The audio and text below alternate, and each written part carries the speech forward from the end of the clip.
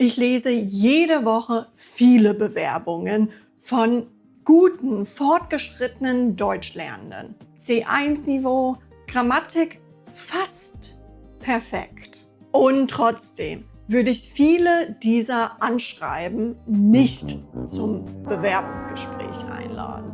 Nicht wegen der Sprache, sondern wegen der Struktur, wegen der Haltung, wegen eines Denkfehlers. Wenn du dich in Deutschland bewirbst und keine Antworten bekommst, kann es sein, dass dein Anschreiben genau dieses Problem hat. Heute zeige ich dir, warum viele Anschreiben viel zu allgemein sind, welche typischen Sätze dich sofort austauschbar machen und wie du dein Anschreiben formulierst, sodass es professionell und überzeugend wirkt.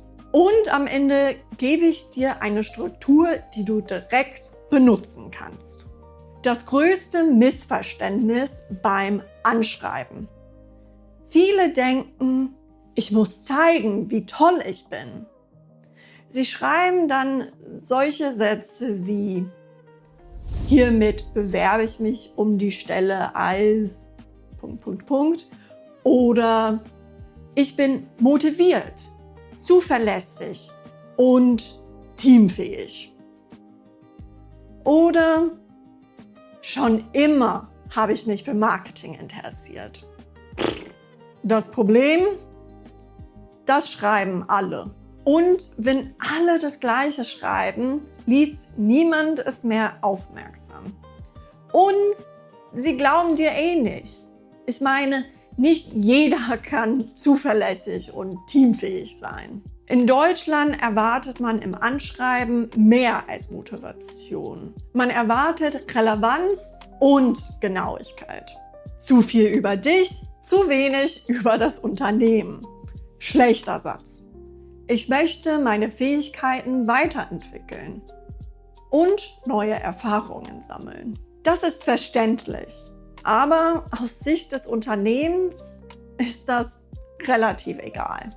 Die entscheidende Frage lautet: Was habe ich als Arbeitgeber davon? Statt ich möchte mich weiterentwickeln, besser wäre, durch meine Erfahrung im Bereich Social Media kann ich Ihr Team besonders im Bereich Influencer Marketing unterstützen. Klar, sollten Sie glauben, dass du etwas daraus bekommst, aber als allererstes wollen Sie wissen, was Sie daraus bekommen.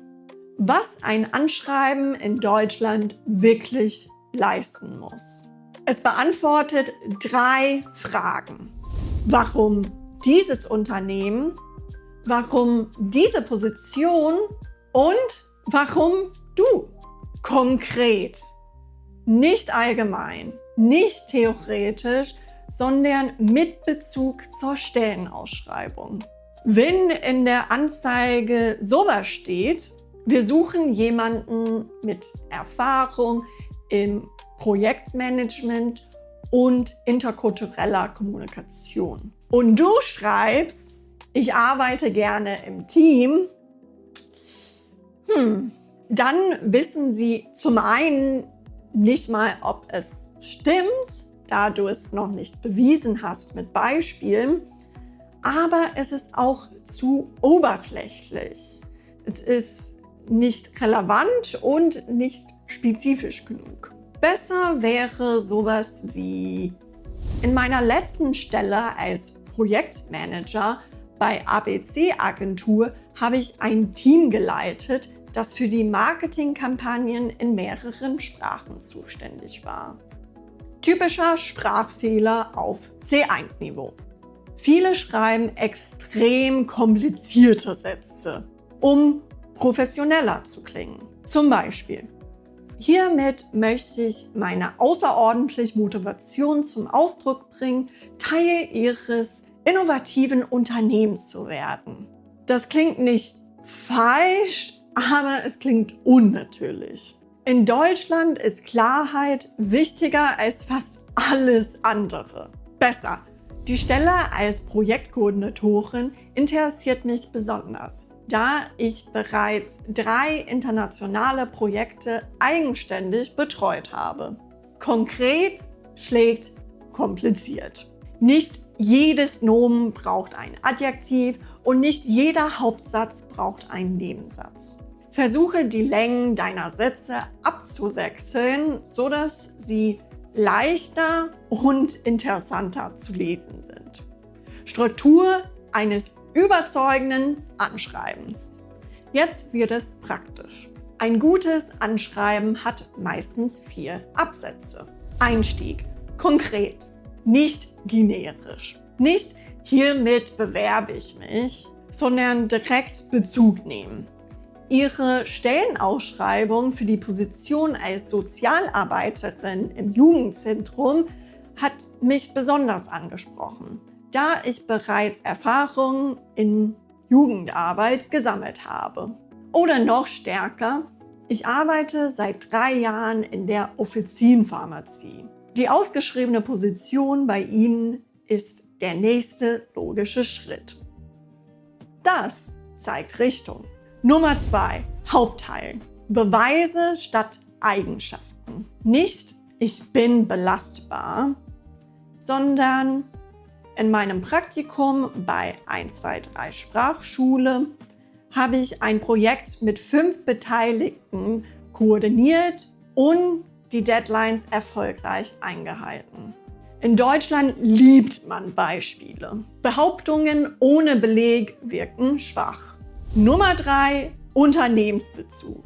Viele vergessen das komplett, aber du nicht. Du solltest zeigen, dass du dich informiert hast. Zum Beispiel: besonders überzeugt mich an Ihrem Unternehmen die internationale Ausrichtung sowie Ihr Fokus auf nachhaltige Innovation. Aber nur, wenn es stimmt. Du solltest dir nichts ausdenken, ja? Du musst wirklich recherchieren. Kein Copy-Paste und keine Traumvorstellungen, die nicht mal stimmen. Passe auch auf, dass du die Firmen aus unterschiedlichen Ausschreibungen nicht verwechselst. Nummer 4. Schluss. Professionell und nicht zu emotional. Nicht: ich würde mich sehr, sehr freuen und hoffe auf eine positive Rückmeldung. Besser: gerne erläutere ich meine Motivation und Qualifikation in einem persönlichen Gespräch. Sachlich, professionell und eben selbstbewusst. Mini-Check für dein eigenes Anschreiben. Stell dir diese Fragen. Habe ich konkrete Beispiele genannt? Wenn nicht, dann solltest du ein paar hinzufügen. Beziehe ich mich direkt auf die Stellenausschreibung? Mache das bitte. Habe ich leere Floskeln benutzt? Nimm die doch raus. Dann hast du mehr Platz für Firmenbezug und Beispiele. Ist mein Text länger als eine Seite? Dann musst du leider kürzen. Präzision wirkt kompetent. Ein letzter Gedanke. Viele denken, dass sie keine Einladung bekommen wegen des Sprachniveaus. Aber das ist oft nicht der Fall. Das Problem ist viel eher, dass du zu allgemein schreibst. Wenn du lernst, spezifischer und relevanter zu schreiben, wirst du mehr Angebote und positive Rückmeldungen bekommen. Und wenn du dich gerade in Deutschland bewirbst, dann solltest du unbedingt den angepinnten Kommentar anschauen. Und was beschäftigt dich zurzeit mehr? Anschreiben oder Lebenslauf? Schreibe das auch gerne in die Kommentare, wenn du schon da unten bist. Und dann mache ich mein nächstes Video genau dazu. Wir sehen uns da. Tschüssi!